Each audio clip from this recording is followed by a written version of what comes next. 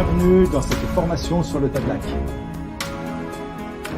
Bouge très dense, le dessus de votre cheminée, avec un joli enduit à la marocaine. C'est la marque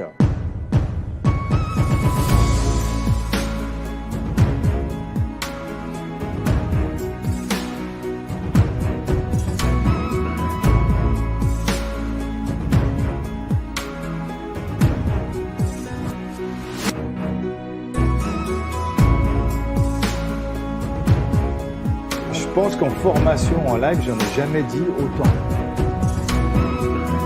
Ouais, j'en ai jamais dit autant. Il y avait peut-être éventuellement des questions auxquelles je n'avais pas pensé.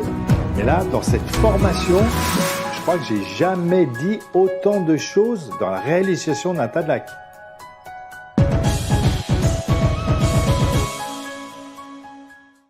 Dans les années... Oh Dans les années... C'est un peu ça, ouais. Les amis, bonjour à tous. J'espère que vous allez bien, que vous êtes en pleine forme, que vous m'entendez. On a commencé avec notre petite intro sur la formation au Tadelakt parce que vous savez, puisque vous nous suivez, que c'est le dernier jour aujourd'hui pour les inscriptions. Donc la formation avec Bruno Goutry. Toutes les infos sont perdu parce que j'ai évidemment pas mis dans la description, mais si vous allez sur faisons-le-mur.com/TAD, comme Tadelakt, TAD, eh ben, vous aurez toutes les infos. D'ailleurs, je vais peut-être vous le montrer tant qu'on a 5 minutes. Avant ça, je vais vous souhaiter la bienvenue. J'espère que vous allez super bien. Aujourd'hui, un live tranquille, un live cool, un live sympa parce que j'ai fait un live, justement, hier, on avait un atelier avec Bruno et j'ai ma voix qui est un peu restée accrochée quelque part dans, on va dire, dans la faune numérique. Donc, j'ai pas récupéré toutes mes cordes vocales, j'ai peut-être la moitié d'entre elles. Donc, vous me verrez pas en train de crier par l'effort ou d'être un petit peu exubérant comme peut-être j'ai pu l'être. Ce sera un live à la cool. Ce sera un live avec un invité exceptionnel, et je le dis toujours que c'est exceptionnel, mais là c'est encore un niveau au-dessus, et c'est vraiment, je suis très très heureux, très honoré de l'avoir. C'est Carl Gieske qui est le fondateur de la marque Terreux. Et vous allez voir et découvrir pendant ce live que la marque Terreux, elle vient de loin, elle vient vraiment de loin, elle a démarré beaucoup de choses, elle est à l'origine de beaucoup de ce qui se passe en France en ce moment, enfin jusqu'à nos jours plutôt, puisque c'est Carl Gieske qui a en partie formé une grande partie des formateurs qui sont connus aujourd'hui en France, ou en tout cas, ils se sont côtoyés, puisque tout a commencé dans les nébuleuses années 90, et c'est de ça dont on va parler aujourd'hui. Alors, avant de continuer, dites-moi si vous me recevez. Est-ce que vous me recevez 5 sur 5, 10 sur 10 Dites-le moi dans les commentaires. Dites-moi si je suis bien coiffé, si j'ai un morceau de salade entre les dents. Dites-moi quelque chose juste pour me montrer que vous êtes là et que vous m'entendez et me recevez correctement. Aussi important pour ce live, ce sera dans une langue étrangère, puisque Carl est hollandais. Donc, on va trouver, on va dire, un chemin intermédiaire qui va être l'anglais. Au début, je pensais que j'allais traduire en live, mais je pense que ça va faire beaucoup parce que ça me fera parler pour moi et parler pour Carl. Donc, ça me fera parler doublement. Et pour ce qui est de ma voix, ce ne sera pas terrible. Donc, on va le faire en anglais. On parlera doucement pour que tout le monde comprenne bien, ou en tout cas pour que ceux qui comprennent un peu l'anglais puissent suivre. Mais voilà. Et quand il faudra, vous poserez des questions dans les commentaires si vous êtes en France. Et je vais aussi faire un petit message aux anglophones. So now a little message for all the English people, or maybe the Carl's friend, which are joining the live. So feel and be welcome here in our little show. So I hope everything is doing and going very well for you. And yes, as I just mentioned, very happy to be there. And we will start in a few minutes. I will just do a little bit of, let's say, a little bit of a start off. So, Donc, on revient en français pour ne pas vous perdre tout de suite complètement. Avant de commencer, et le temps que les retardataires se positionnent et se vissent l'arrière-train dans leur canapé, je vais vous partager. Alors, on me dit qu'on m'entend bien dans le commentaire, donc merci. Je vais vous partager mon écran pour vous parler de 2-3 choses. Ajouter à la scène, c'est ici. Donc là, Terrafino, c'est ce qu'on va voir aujourd'hui avec Carl. Non, c'est pas ça que j'aurais dû faire. Il y a également une petite annonce. Alors, on ne fait pas ça d'habitude, mais pourquoi pas, de temps en temps. Là, c'est pour un copain. Il y a Quentin qui a pas mal de fibres de bois à céder. Donc voilà, il a, à la suite à son chantier, il a changé ses projets et il a pas mal de fibres de bois. Je vous laisse regarder rapidement ici. Il y a différentes sections. Il suffit juste de le contacter. C'est Quentin Guéras qui était aussi passé sur notre podcast avec les panneaux en terre et les panneaux en terre-paille. Donc voilà, si vous avez envie de panneaux de fibres de bois, contactez-le. C'est facebook/terre.paille. On ne fait pas de petite annonce d'habitude, mais voilà, une fois de temps en temps, pour les copains, ça fait plaisir. Aussi, les chemins du bâtiment circulaire. Donc ça, c'est le centre de formation Édifice, qui est un nouveau centre de formation en Île-de-France. Et du coup, je pense que ça vaut le coup d'en parler un petit peu, de parler de leurs activités. Donc ici, c'est la découverte des métiers de l'économie circulaire et du réemploi. Je vous mets la plaquette dans les commentaires si ça vous intéresse de jeter un œil. Donc il y a différents cycles, un cycle d'introduction et après il y a un cycle de présentation des différents métiers. Donc si vous êtes à la recherche d'une activité qui vous ressemble, une activité qui colle peut-être plus avec vos valeurs écologiques, vous pouvez les contacter, vous pouvez aller regarder cette plaquette. Je viens de mettre ça dans les commentaires. Voilà, c'est le centre Édifice en Île-de-France. Et puis, bien entendu, 11 heures vous séparent de la maîtrise de l'art du Tadelakt. Donc, si vous souhaitez nous rejoindre pour la formation au Tadelakt, c'est un lancement qu'on fait que 2 fois par an. C'est en vidéo avec un accompagnement. Donc là, c'est les merveilleuses réalisations de Alain Lapietra. C'est un accompagnement, il y a des vidéos, un support vidéo avec un accompagnement on va dire en direct, il y a du WhatsApp, on a des appels de groupe, on a pas mal d'exercices à faire. C'est avec Bruno Goutry que Carl connaît également. Donc Carl a formé Bruno à ses toutes premières heures. Bruno qui est, vous le savez, auteur de différents guides de peinture et d'enduit. Et voilà, donc ce sera votre professeur si vous souhaitez, pardon, ça va un peu vite, si vous souhaitez nous rejoindre pour cette formation. Donc, si c'est le cas, faisons-le-mur.com/tad, ça suffit, pas la peine de marquer tout ça. Faisons-le-mur.com/tad, vous avez toutes les infos, c'est le dernier jour. Et puis, évidemment, il y a quelques bonus qui vous seront, qui sont exclusifs à ce lancement. Donc, des guides d'achat, comment faire du sgraffito, comment faire des incrustations, le percé. Il y a 10% de réduction chez Ocre de France, qui est notre partenaire aussi sur ce lancement. Et en plus, c'est ça, le Tadelakt à la française. Donc là, je ne sais pas comment Carl va le prendre, mais le Tadelakt à la française, c'est ce qu'on appelle avec de la chaux aérienne et de la poudre de marbre. Donc du coup, ce n'est pas avec de la chaux de Marrakech. On a un groupe de travail et d'entraide. On a des quiz didactiques pour bien checker que vous arrivez où vous voulez. Et ça coûte 390 € si vous êtes intéressé. Il vous reste 11 heures. Et bien entendu, 30 jours satisfaits remboursés. Blablabla, blablabli. Vous avez compris. Si c'est pour vous, vous le savez. Donc n'hésitez pas à aller faire un tour sur la page de vente. Et enfin, je termine. Ça y est, ça va être le moment de commencer notre doux live. Et on a quelqu'un qui dit « Il n'a qu'à parler français ». Alors, cher ami, je pense que si Carl parlait français, ça perdrait tout son intérêt, parce que peut-être que tout le monde ne le comprendrait pas. Donc voilà, on va, pour ceux qui sont francophones, bien sûr, et qui auront des petits soucis au niveau de ce live, sur YouTube, quand ce sera en retranscription, en replay, il y aura les sous-titres, et puis voilà, vous ne manquerez pas les meilleurs morceaux. Et bien entendu, s'il y a des choses importantes, je les passerai en français. Enfin, on va voir. C'est un peu des nouveaux modèles. On s'essaye à différentes choses. Là, on a la chance d'avoir un invité assez exceptionnel. Donc, je vais tout de suite le faire venir. Il est temps. Time has come. Ladies and gentlemen, please welcome Carl Gieske. How are you? Hi, Are you good? Can you hear me? Yes? I hear you very well.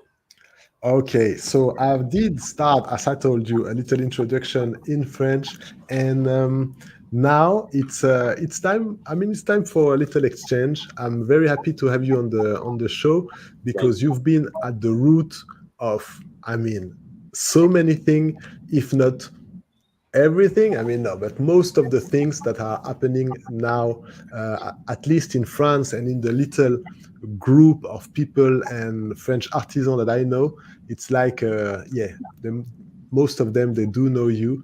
And I'm very curious to have you sharing a little bit of your experience and a little bit of your knowledge around Earth. Thanks. So yeah, good. So maybe we can start by a little introduction. How would you introduce yourself for the people who do not know you and who do not know Terrafino? Well, I'm a very big lover of the French nation. Every time when I cross the border from Belgium, coming from Holland, I get tears in my eyes. I don't know why. Okay. Because we are cousins.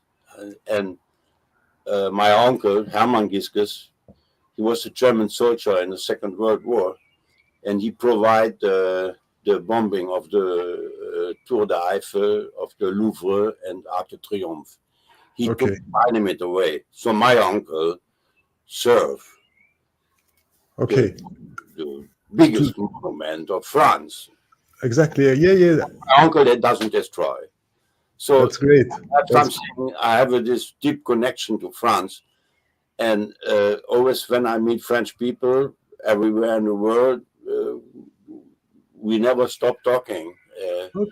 Till night. I don't know.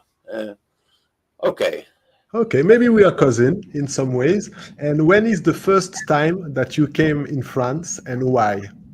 I came first time in 1963 to France. I went per auto stop to Saint-Tropez because I want to go to Saint-Tropez. I was 14 years old. My mother wanted to kill me, but I did it. So 14 years old. Oh, yeah, that's quite young. Yeah. And then in 65, 66, 67, I went 4 times the same road but then I stay in Saint-Gulf and Fréjus and around Saint-Tropez. I love this area. No, I don't love it anymore. I'm now more, I like Siberia now. Siberia, okay, that's original. It's not anymore Côte d'Azur. Yeah, okay, so we will speak too much plastic. Sorry? Now it's too much plastic for me, Côte d'Azur. It's like everywhere, every share is from plastic, every drink is plastic. So I was last time in Siberia and there's still nature, Okay, amazing. I changed my love, That's the cycle of love and cycle of life. We are not angry with you. That's good. No, I still be a lot in France because one of my best friends has a house in the Ardennes near Vouziers, near Reims, and he's an artist like me, and we meet all the time there. So many times I spend there every year, let's say 4 weeks. In the Ardennes. Okay, excellent. That's what's now because it's also close to Holland. I don't need to stay the whole day in the auto, and it's only 4.5 hours drive, so it's quite easy to come there. Nice. I mean, I'm sure we're going to travel a lot during this little talk through Africa, through Siberia, if there's some stories that you want to tell us. But first, what is professionally, what is your, I mean, professional is not the right way to say it, but My profession. yeah, your profession and who are you for the people who do not know you. Well, I didn't went to high school. I just went to the factory to learn metal graveur, metal graveur, and I did it 7 years. And the day when I was perfect for my opinion, let's say when I didn't need to ask anymore the master, I stopped it. So because also a reason where always inside, you never see the sun, you don't see the rain, you don't see the snow. So I stopped this profession when I was 20. And I started the second profession, road engineering. But I didn't finish this apprenticeship because it was so easy to me to understand that I don't need to stay for 3 years there. So I stopped after 1 year and started a company building roads, like I have my own company. You had your own company. So that's very, very early, like the idea of building companies. You were not like, because some people might be a little bit afraid, or taken back, but you just said, okay, I've learned it for 1 year and now I can start the company. Well, my father was a horse dealer, cattle and horse dealer. And he always told me, never work for government, never work for, it's bad jobs, you are not getting happy there. So Yeah. try to make your own thing. And so I did what he say. And I never worked after my learning time as a graveur and road maker, I never worked anymore for companies, had my own companies. Okay, you work for yourself and to build your own dreams. Yes, because to find jobs was quite easy. I remember in the 70s, and 60s, begin 70s, I found my jobs in a discotheque on the dancing floor, I mean, oh, hi, how are you doing? Yeah. Oh, you still do that with a stone? Yes, I'm coming. What, you want to see me Monday at 3 o'clock? Okay. So there I get my jobs at the discotheque, Excellent. Okay.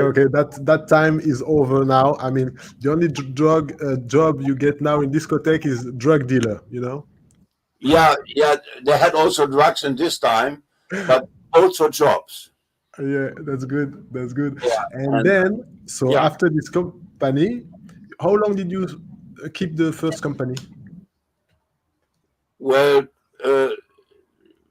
I did some beautiful stoneworks because I immediately, when I started my own company, I only worked with natural stone, mur sèche. Les pierres sèches, oui. Pierre sèche, not with cement, not with concrete, not with beton, only with natural stone. And I fell in love with natural stone. And I chiseled. I could make everything because my education as engraver, you learn how to form. I could make any sculpture you like. I want this sculpture. You give me the photo, and I make it for you. And I loved it to do that. So I make beautiful projects. And every time when the project was finished, I started the next one, or I went traveling. So I went traveling quite early, with 21. I left here, this area, from Holland and Germany, and I went stop walking to Cape Town, to South Africa, the whole east coast of Africa. And then my mother died, I fly back, and I went again to South Africa by the west coast, and then I make a trip inside Africa. So I spent 5 years, make 35,000 kilometers walking in Africa on myself, and I did some jobs there, also good paid jobs, because I know how to work with metal. Once you know how to work with metal, you can get the best jobs. Yeah. There's metal everywhere, so you can always find a job. Yeah, they're building factories and they need specialists, and I had this in my hand. So I made jobs there and I get some money for it. So after 5 years, I visited in Africa 29 countries, and then I left Africa. I fly from Johannesburg to Rio de Janeiro and make 2 years round trip walking to to Brazil and the mountain of the Peru, Bolivia, Ecuador, coming to North America. And then I went 3 years to Asia, to India, Nepal, Pakistan, Afghanistan, Korea, to see a lot, even more countries. I cannot tell them now, so I will only talk about countries. And it's enough if I tell you. So then 10 years traveling. In the meantime, when I came back from Africa, I remember I visited my family, and they had a beautiful old house from bricks and with a show inside. And my sister, in the meantime, she had renovate the house, moderniser, and they put gyps plâtre, placo plâtre, they put plastic pipes in the wall, and they put triple windows, and there was, from my opinion, no more oxygen in the house. There was, I couldn't sleep there anymore. I remember in the nighttime I wake up to open the window, but it was very cold outside. So I had to 5 minutes later close the window again to get not a cold, So I was between no air and too cold. So then I remember the beautiful houses which they built in Africa in the jungle from clay, wood, and straw roofs, which when you go inside, you just close the candle and you sleep. Like it's just like automatic. You stop the light and you sleep. So this I couldn't find anymore in this modernized old house for my parents. So then I started the idea to build with clay and earth in Europe. And I make a research. Still, I was old houses in the countryside with wood and clay construction. Okay. And they was destroying these houses also, like the modern people. They want everywhere plastic, everywhere the I don't know, the foam. Foam, yeah, the foam they use foam. And I know a lot of people who live in this kind of houses. They are all have cancer and they all die with 63 and 64. Their life is over. So I don't want to live in a kind of house like this, and I even don't want to work with this kind of stuff. So I pushed building with clay in Holland, which were never before. Amsterdam had no clay house, no enduit, and nothing else.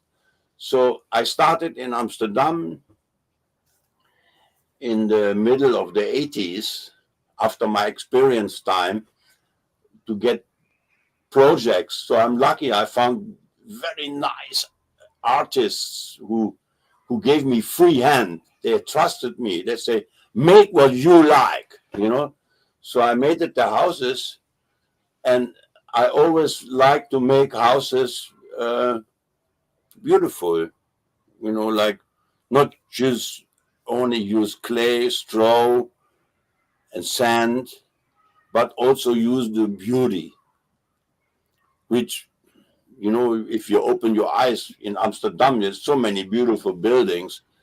So you just You just go on in this trend. You know, you don't have to think a lot. You just make it beautiful. You know, and my technique was to start when I get a project to make a house, always to make the ugliest room first. You know, to start in the most ugly room somewhere where nobody wants ever to go, to make a little palace from it. And then it was also a tactic for me. The clients, they want everything after. They want all the rooms, everything, because they have the ugly room was beautiful. Yeah, that's a good trick, and that's actually a good way of making it easy. So when you have the first ugliest room, which is done and which is beautiful, all the rest comes easy, no? Exact. So, and then I was lucky because I met very nice artists in my life, like Joseph Beuys, Robert Filou, French artist, Marina Abramovic. I worked for the lady, and John Cage. John Cage came to my project in Amsterdam. So I get clients of this kind of people, and they are very extraordinary. They saw that my quality was good enough to don't tell me how they want it. That's my artwork now, the photo of for one of these artists, Joseph Beuys. And so through this kind of people, I found every time bigger and more beautiful artists. And I don't know, now we make all the shops of Karl Lagerfeld all in the world, all over. You know, and we have made now 2 houses of presidents. I don't tell you the countries, from which country. And we made a beautiful house of a king. It's also one photo in this photo slideshow. And we made a house from Brad Pitt in Long Island, the Getty Foundation in LA. This never stopped, you know. I don't know why, but all these fantastic projects come to me that is the house of the king. Okay. This one. Okay. And what has happened between the first time you go to Africa, you realize that you cannot sleep in a modern type of house, and the king calling you or calling your company to have your services? What has happened in the meanwhile? Like, I don't know. I don't know why, but they all come. You know, I didn't ask them to come. They saw my work, and then they say, "I want also." You know, I want it. You know, like, but even not. I know the one president we're working for his house. It's his holiday house somewhere, and we had contact with his architect. So I don't know if he found me, the president or the architect. So I don't ask the question also. I leave it to them. I just make nice houses, you know. Okay. So do you treat what? Do you treat houses like art, or is there a difference between art? You can do art with anything. I So don't you know. are only working with natural materials. So where's the nuance? I work with wood. I make every material. I work with gold. I work with clay. I work with Tadelakt. I work. It's this Tadelakt, for example, for the World Expo in Hanover, the photo you see, and it's not clay, but it's the Expo 2000 in Germany. We did this also is there. Very nice shop there. And the architect absolutely want me to do that. There comes a big company, Weber Brutin, you know, maybe, Weber. No, I don't think I do. Saint-Gobain. Saint-Gobain, yeah, sure. They came there, and they made much cheaper walls to get me out of that project. But the architect, he said, I don't want this. I want what Carl is making. And then the director of the art expo, he say, it's too expensive. Then the architect say to them, okay, if you think, then we leave concrete. We don't do anything. So then they choose my work. That's excellent. I don't know, some magic. I mean, yeah, reputation, that's the magic. I mean, you do really beautiful things and people know and people notice. So yeah, things are ugly, I don't do. You know, if somebody comes with very ugly plans to me, I say, oh, no. I have no time. But some people do not know what is ugly and what is not. So you must have this eye and you must have this understanding that makes the difference. And so that's Terrafino in the Netherlands, yeah? That's your office? That's in my factory. That's the factory? Inside the factory. It's really beautiful. This earth is coming from Dauphine.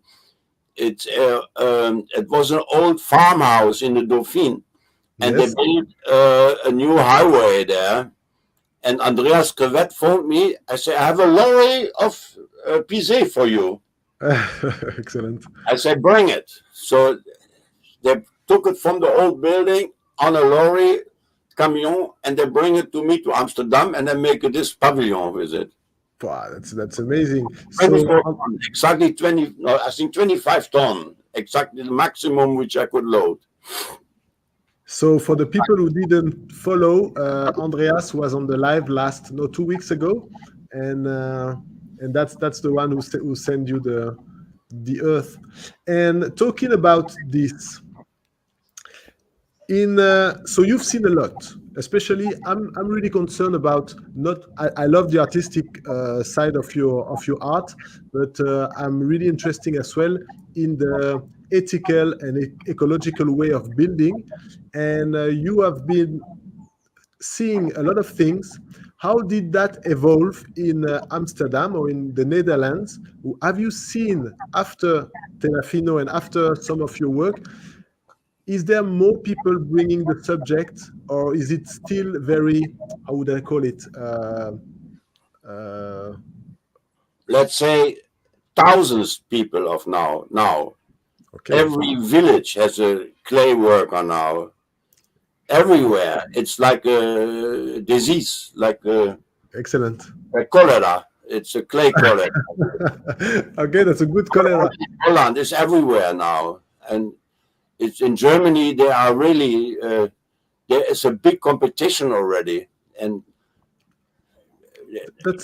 they say everybody is better than the other one now, you know, like, I am better, you know. Yep, sure. And it's true, it's good to be better, you know. But that's what they say. Now, it's like when you come in Germany now for a conference of clay, there it's full house, you know, like... it's very good. I mean, you have to hire a billet 3 months before, otherwise you can't come anymore, you know. And you have securities to avoid people to come in. Yeah, you have security. You need security now. They have guns, you know. But, I mean, look, in the Netherlands, let's keep on the Netherlands. When you say now there's clay almost everywhere, did that start 5 years ago, 10 years ago? When is the peak? Do you have the feeling it's growing? Do you have the feeling we reach a plateau? In the 90s, it exploded. Yep. I started in the 80s in Netherlands. There was nobody doing it. And then I got the luck that famous architects from the Netherlands asked me for projects, public buildings, you know, like Mairie,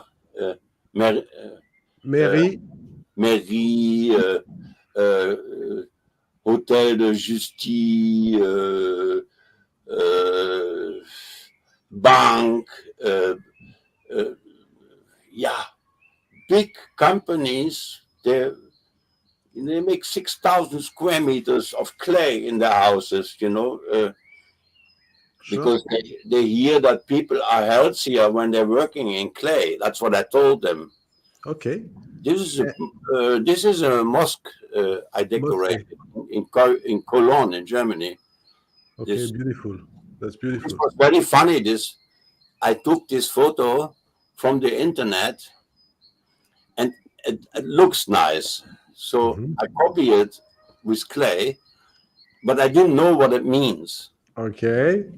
So later, a Moroccan guy came to me. That's a very interesting text, he said. I said, what does it mean? So he went to the Imam told him, and the Imam went to another Imam. They really want to tell me exactly what it means. So it means that the light who comes from the sun, the moon, and from the colorful stars, the yellow, red, blue, and green stars to the earth, gives us the light that we can read. That we can read. That we can read. Okay, That's okay. No, I mean, you're lucky it did not mean something else. Yeah, I was lucky. Yeah.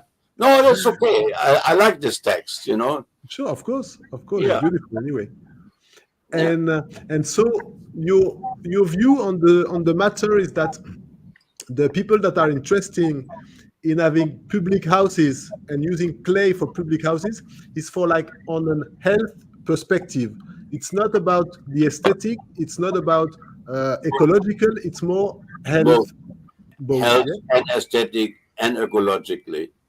Okay. That's And my if any of them is more than the other, in your That's feeling? my story, because I'm telling people in a clay house, you get no skin irritation. You know, you don't get cancer. You know, I mean, you can get cancer if you eat a whole day plastic, and you're living in a very healthy house. You can also get cancer. You know, and but the chance of cancer is lower. You know, and yeah, it's a whole packet. I told them. Now I'm with pension. I'm now 75.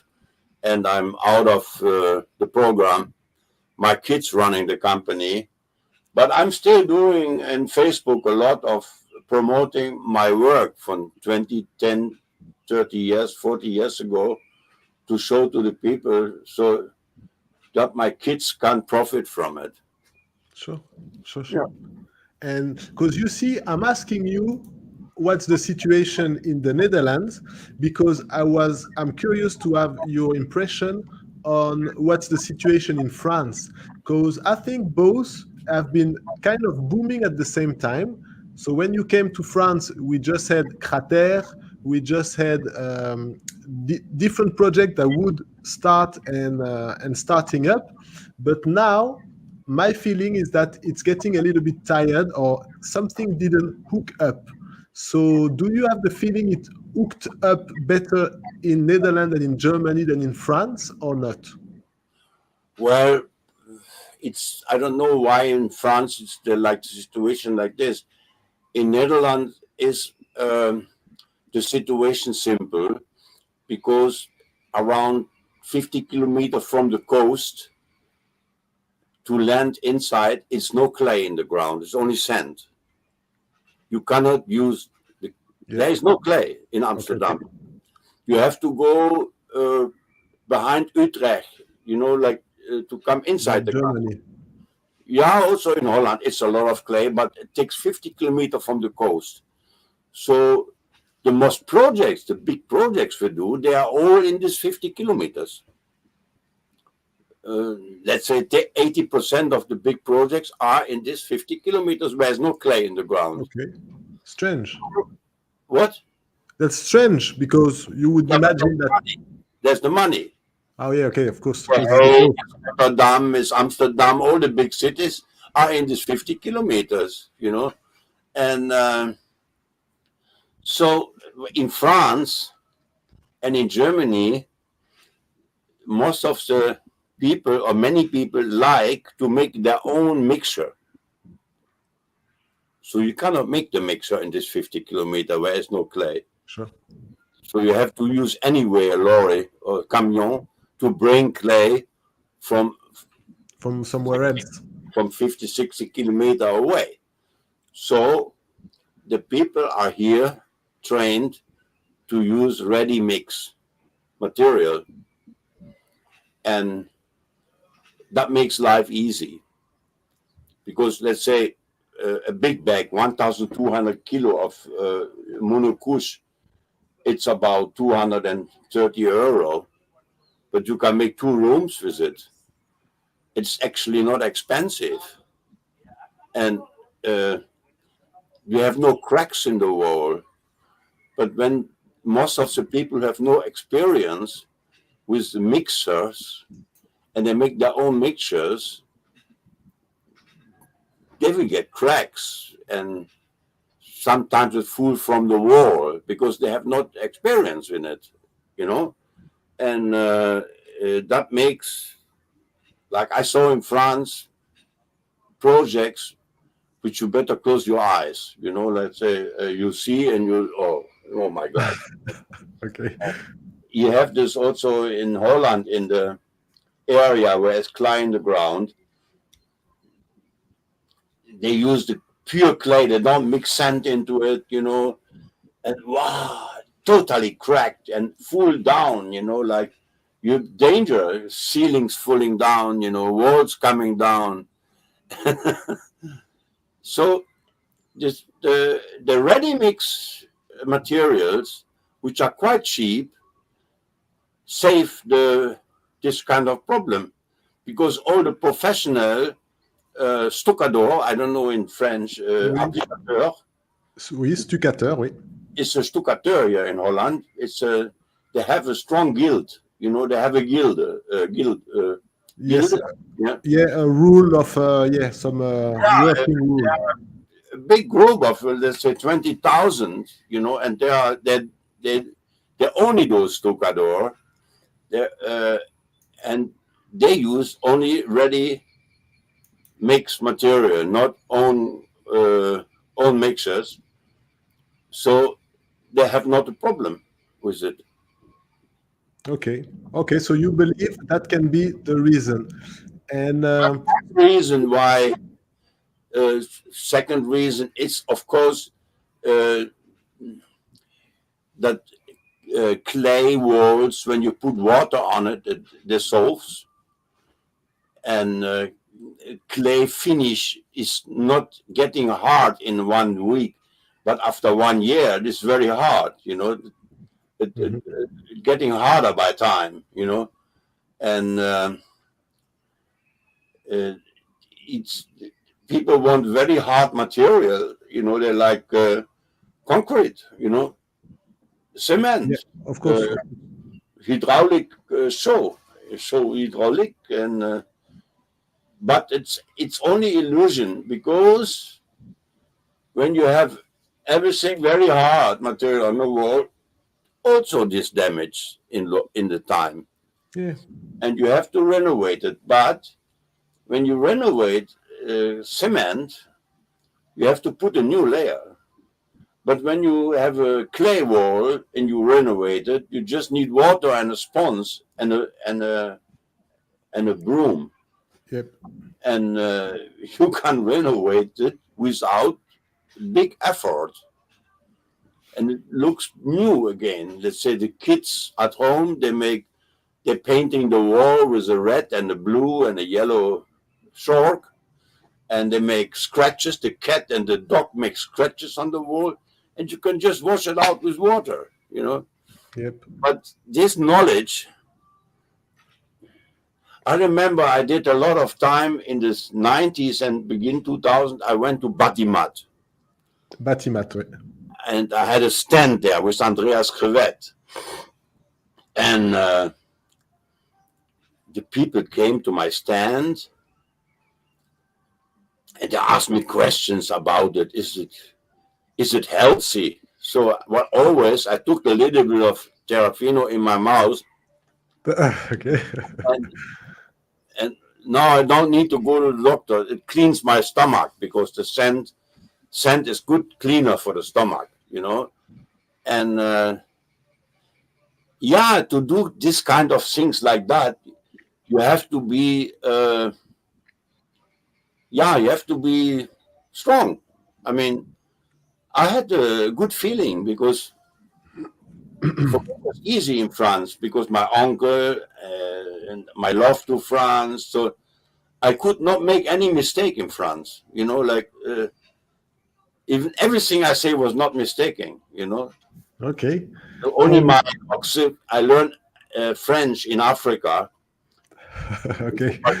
Comme les Africains, you know. Very- And, some people they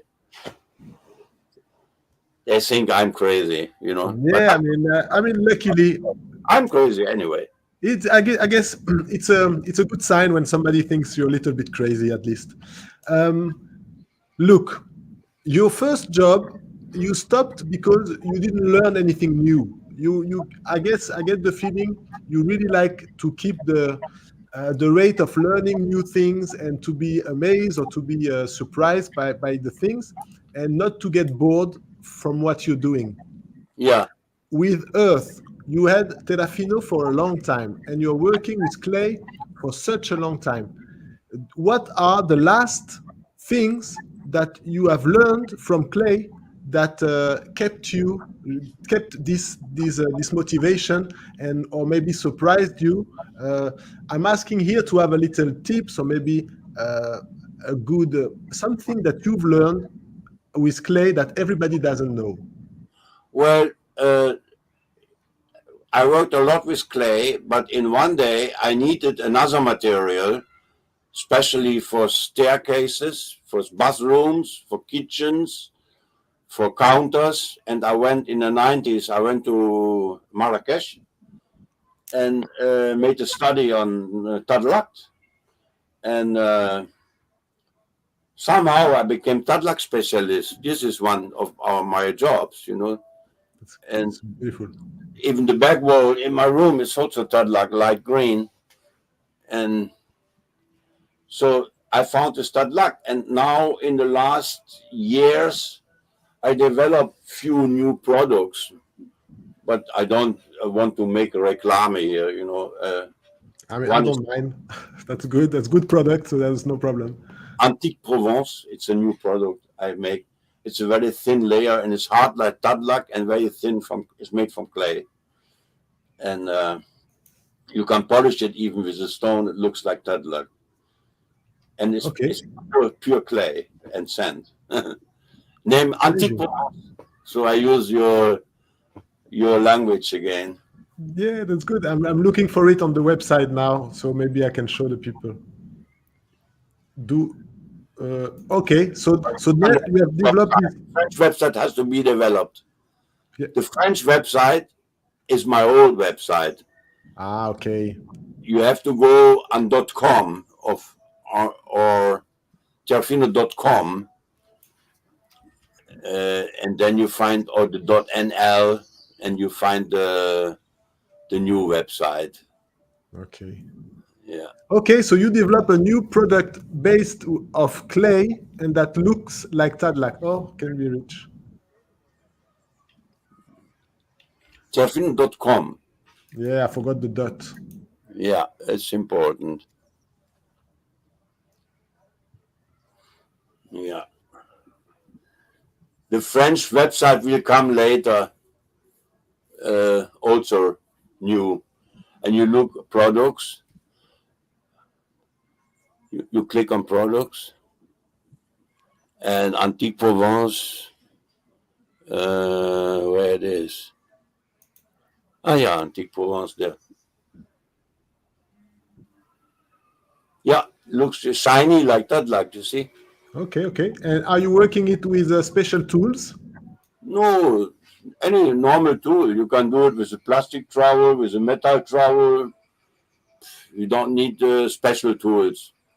Because I learned in this old Antique Provence, I learned in Africa, you know, like they even have no tools and build houses, you know. That was funny to see. They have no tools. Oh yeah, these are the colors. Yeah, sure. Okay. So for the answer to my question is like you developed new techniques and new products and maybe new type of enduit to keep. I mean, to keep loving it. I feel, of course, I feel the brief of the concurrence in my back, you know, like they want to finish me, you know, the chuck, you know, like they have all these big companies, they don't like the first one, you know. Yeah, I mean, that's fair enough, you know. I mean, I understand as well. I'm very careful, you know, and when I go with a bicycle on the road, I look left and I look right and I go, you know. So. And if you were to start everything again today, if you were like 20 again, 21, and you had your backpack, everything you change, but we are still in 2024. What would you do? What would you love to start? Maybe something new, or would you do it again? Well, the travel I would do again, because I learned so much. Because this traveling 10 years, the end is difficult, because then you become slowly a clochard after 10 years traveling. And then you have to make a decision to stop traveling and to don't go anywhere anymore, you know. Otherwise because when you're traveling, you have to every day you need a new house. So now, you know, young people are looking already 3 months to rent a house, you know. And but when you travel, you need every day a house, you know. And I'm lucky; I find always a house. But this was a good time, really. It was my best time. I learned so much about geology, anthroposophy, languages, geography, how to live with people, you know. But I was very nice to me. When you come in Africa in a little village, they have no hotel. They have almost no hotels, nowhere. They always invite you in the house. And what I really much liked, and I took this habit also to me, they give you their own bed. And they sleep on the bench or on the ground, on a straw mat. They say, you stay in my bed, you know. And now when I have guests in my house and all the beds are full, I tell them, take my bed. I sleep on the bench, you know. And that is so unknown here in Holland. Nobody knows that. Yeah, people would say that, okay, there's no room. Never give your own bed to somebody, you know. That's also in France. It's very strange. I do know a little bit of the Dutch culture and the French culture.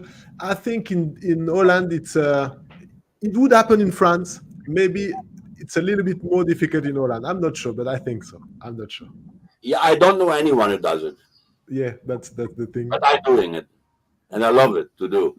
So you give me your address. They are so surprised, you know. You make them surprised, and they never forget it, you know. Excellent. Yeah. I mean, we have a friend of mine is coming today. Is it Saturday? No, tomorrow, with his daughter to visit us, and it's the same thing. So this afternoon, my wife is going to help preparing the room, and he's going to have both of them will have our room. And yeah, fair enough. Yeah. I think it's good. I think it's good. Yeah. So let's go back to the topic. Maybe we could. I'll show some pictures, and you will maybe just comment them and say what they mean to you. Wait a second. I go back. Where was I? I was probably here, and then we can share it. Oh yeah, this is an oven for cooking and heating, and it's made of clay compressé, blocks compressé, PTC, and it's a layer of hydraulic calc on it to get a good strong Tadelakt on it. So it's Tadelakt. It's not. I mean, how did you get the cat to sit here? It's beautiful. came It by makes all the difference. it's Abacadabra. Is it? That's his name? Abacadabra, the cat. I don't know why she came there. Ah, okay.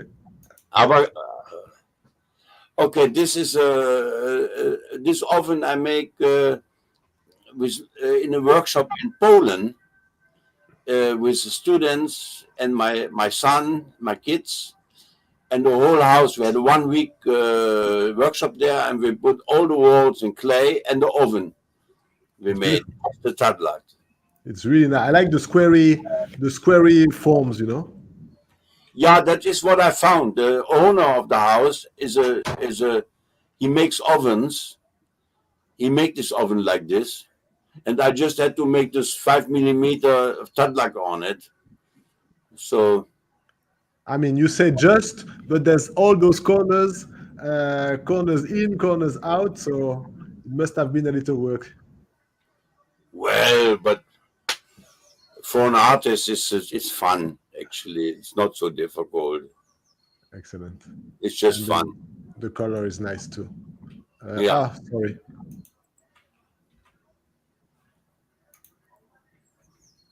Oh yeah, this is very famous now in Holland.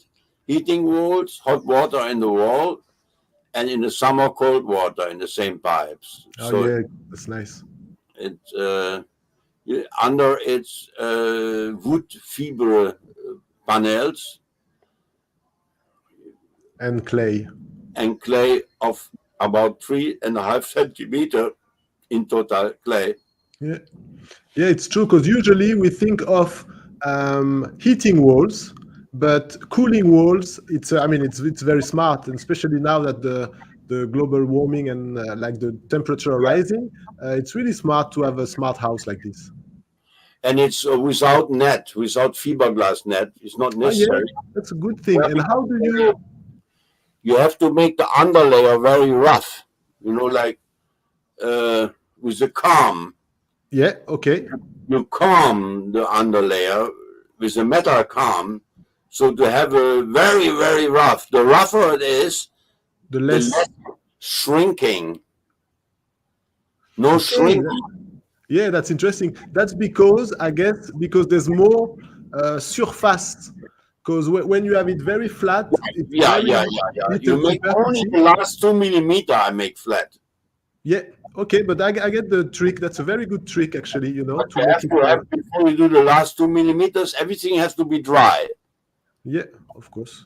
If it is not dry, then you, but it's easy to dry because I always used hot air cannon, you know, like hot air blower. Yeah, pour projeter.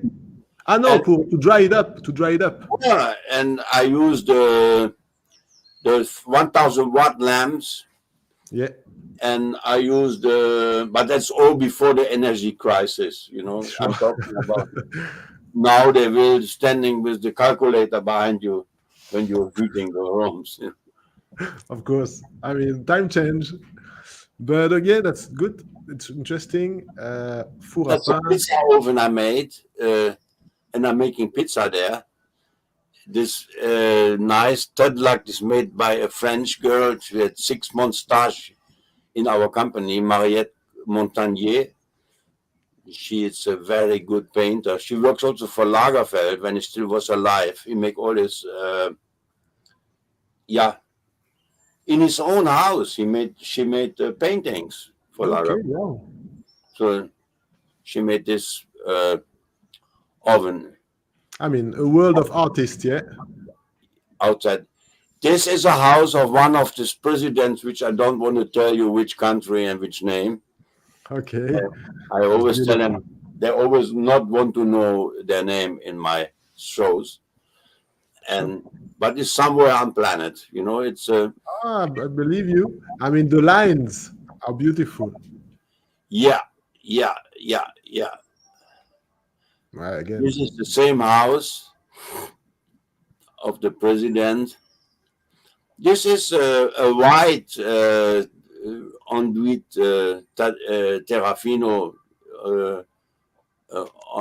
Terre earth plaster, Yeah. very white, and It's in Amsterdam.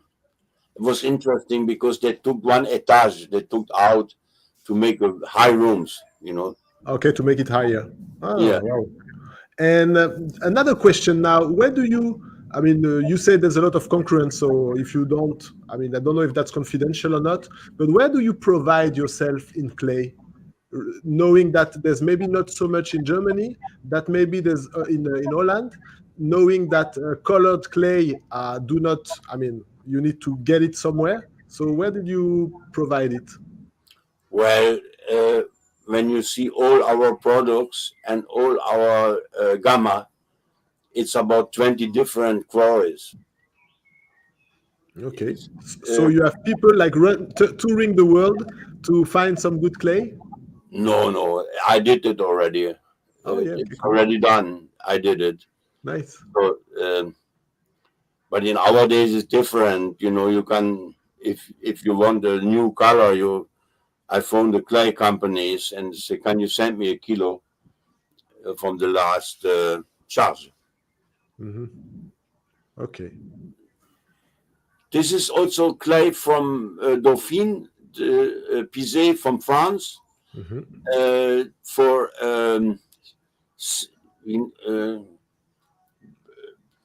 for Wine yard, no? For wine something? no, it's for cemetery. Oh, okay. Urne.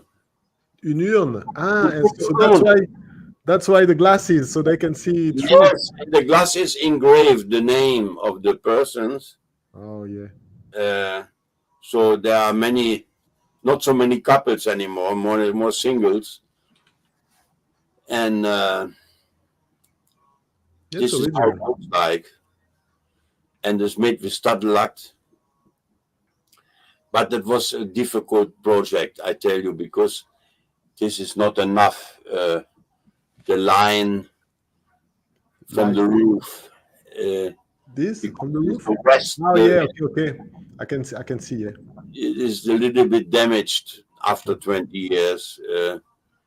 So you should put not the next time we make the true roads on the other side, on the east, because in Holland on the west the rain come horizontal, and on the east no rain.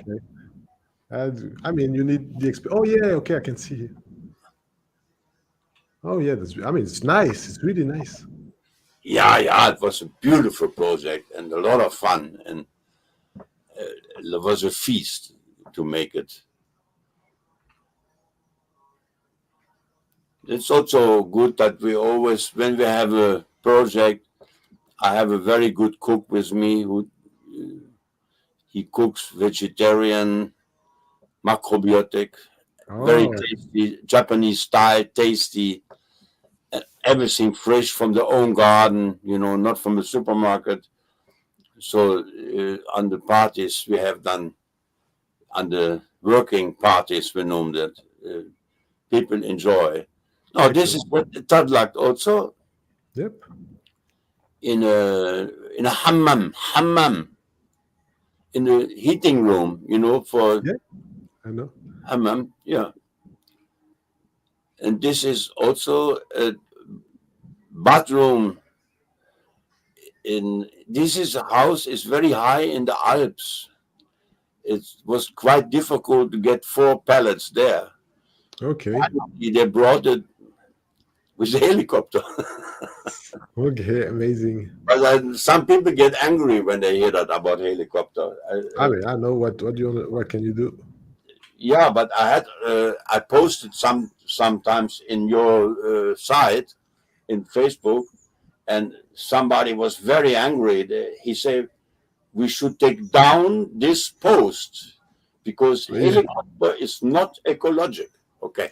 So yeah, I mean, everybody has like his own sensibility, and yeah, it's good to respect all of it, but it's good to see that the world is how it is. We all do what we can, and fighting with me. So I took the post down. I took the whole post down. Oh, you did? Yes, because why fighting if it is easier not fighting, you know? Yeah, sure. Yeah. But okay, yeah, I mean, I understand both. I understand both. I put the post new again without a helicopter. Yeah. Okay, we Now, spoke about that. So look, there's like so many pictures. I don't even know where to. in the workshops, This this is never ends. Tadelakt. Yeah. Yeah, I love Tadelakt. I don't know. I had a good feeling with the show. Even the one tonight, your interview tonight with Bruno. Yeah, yeah. I He mean, came. no, He yes, came with yesterday. He was my student in Yeah, Marrakesh. I know. We spoke about you. We did. Okay, during Yeah, the yeah, great and I said it in night. the introduction that you've been there at the start of many things here, you know. He was a young boy. There's also one photo with him we can see in the series Yeah, with Andreas. This is in my home, in my house. Just made by blocks and Tadelakt on top of it. Yeah. ah, there's Andreas. Yeah. And that is Sylvie Wheeler. She's such a Oh, yeah, that's the good old days then, yeah. Sylvie Wheeler. Yeah. Oh my God. That is here. Bruno No, that's Bruno. above. Yeah, the above Yeah, one. yeah, yeah, that's him. Young boy. I mean, I recognize him, but Yeah. And then you have behind Andreas is Gérard Houdin. Maybe you know him. yeah, by name, I think. And then the lady on top with the long hair is his wife. And then in the right is Gabi, the wife of Andreas. Sylvie downstairs. And I don't know them. Sylvie Wheeler. That's Sylvie. Yeah. And the one next to her, I don't know the name anymore. She's French. And the guy with the glasses is a Dutch guy. He spoke perfect French. So I gave in the 90s and 20, I make a lot of workshops in Morocco. And every workshop was a different nationality. Let's say this was the French workshop. I had an English workshop. I had a Dutch workshop, a German workshop. And now it's over because everybody copy now. They are cheaper than me because I was quite expensive. And yeah, because we make a nice time, the best dinners. We had our own car, rent a car to go from every beautiful project looking with them. So people get totally inspired. And now you can do the same for half of the price, but they don't. You have to go to the shop to get your food, and you have to rent your own. I know what you mean. I know. So look, I think that's a nice picture to come to an end slowly, and yeah, to see Andreas and Bruno. So for the people who are following Faisons-le-mur, they probably know both of them. And yeah, I would like to end with maybe a last question. Now that you see this kind of group of young people wanting to learn Tadelakt or wanting to learn new things, is there any legacy, anything that you would like that remains? I don't know how to say that, but what message would you like to give any young people that are wanting to learn these arts today? Well, yeah, you have to develop the love for beauty, for make things beautiful. This is a kind of love you need. If you don't have this in your heart, make things beautiful, then you have to develop this first. Because Tadelakt and clay, you can make very beautiful. I mean, like, even look what the Roman did, Actually, I'm not doing Roman mosaic, but I made also mosaic when I was young, a lot, And this is good for thousands of years. This is, if you make beautiful things, even They find now temples under the water in Mexico from 900 years before Christ, and they look every millimeter now. And that's what you need, this heart, to make something which is forever. I mean, forever doesn't exist, but for as long as we can think, And if you have this in your heart and in your wishes as a young kid, then you can start, and you can phone me, and I can help you, or send me a mail. Yeah. Okay. So I am not anymore stop in the car to come just like this to Poitiers or Carcassonne. I'm not a driver anymore. It's over. You can only, if you have young people who really want to learn, they can come to me. But even here, I cannot teach young people anymore for 3 months, because with 75, your body is getting labile. You say the body is not anymore 100%. It doesn't respond the same way it did. Yes, so sure. I need to be in good condition. I have to do every morning yoga, have a walk in the park, and then I feel good, So, but then already it's 11 o'clock. You know what I mean? So it's not anymore. Only 10 years ago, it was not like this.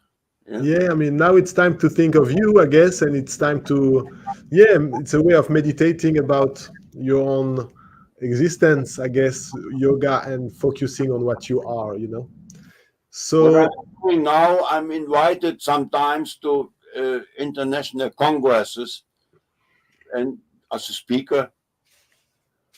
But last time I was in France with very nice congress made by Daniel Turquin. You know him, Daniel Turquin? Sure. It sounds a bit. Yeah. He organized it, and I made a mistake. I told the people which presidents and which kings I worked for, and they was really angry of me that I worked for this autocrats or these bad people, Yes, sure. But I just saw the project. I didn't see the person, like in the deep, in the soul, everybody is good and everybody is bad. There's no bad and good people. It's a mixture of both, isn't it? Usually it is, and there's something that we see, and there's a part that we don't see in each of us. But look, Carl, thank you for sharing your soul in some ways, and your work and your time. I'm really grateful. I hope everybody that has been following us has been witnessing the beauty of what you did, and will remember the message that you gave, which is to start thinking of making things beautiful, to bring them an historical view or historical path. And this is it on my side. I thank you very, very much for your time. And maybe I see you later. Maybe I'll come and sleep in your bed one day. And but anyway, I wish you all the best, and I wish you everything anybody can wish you. Thank you very much. I hope I come soon to France again. Oh yeah, let me know, and let me know in case. Yeah, I'd be very happy to meet you in person. Thank you. Okay, so I'll goodbye you on this one. You can stay online. I'll come back to you after when I close the live in 2 minutes. I'm just saying goodbye to the audience, and then it's okay. I'll come back to you. Alors, voilà. So thank you very much, everybody, for having been there. Look up, that's bigger. I hope you enjoyed. That was a very, very nice live. I don't know what to say, quite frankly. I'm chilled. I'm relaxed. It was very, very nice experience, and it's new on Faisons-le-mur that we speak English like this. So I hope you enjoy. I hope you understood everything. I remind you that if any of you, which is French, je vais le dire en français, Donc, je termine en disant que ce jour, c'est le dernier jour, vous le savez, pour la formation avec Bruno Goutry. Je vais vous la mettre là, si je la trouve. Et donc, voilà, si vous êtes intéressé, c'est faisons-le-mur.com/TAD, T-A-D. Et puis, voilà, vous trouverez toutes les infos ici. Enfin, ici, vous ne le voyez pas, en fait. Hein. Mais c'est pas grave. C'est là. Hop, et j'ajoute à la scène. Voilà. Donc, je vous souhaite à vous aussi de passer un merveilleux week-end. On se dit à très bientôt. J'espère que ce live en anglais vous a plu et que vous avez pu comprendre tout ce que vous souhaitiez. Je vous embrasse, allez, on va dire ça, et on se dit à bientôt. Au revoir tout le monde.